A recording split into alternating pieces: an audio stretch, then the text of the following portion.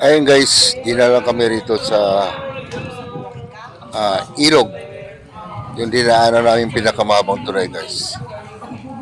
Dahil sobrang init, dito muna kami nagpapalamig. Grabe guys, ang lawak nitong ilog na to. Ayun yung driver namin, si Manjes. Nag-enjoy sa lamig ng tubig. Yan.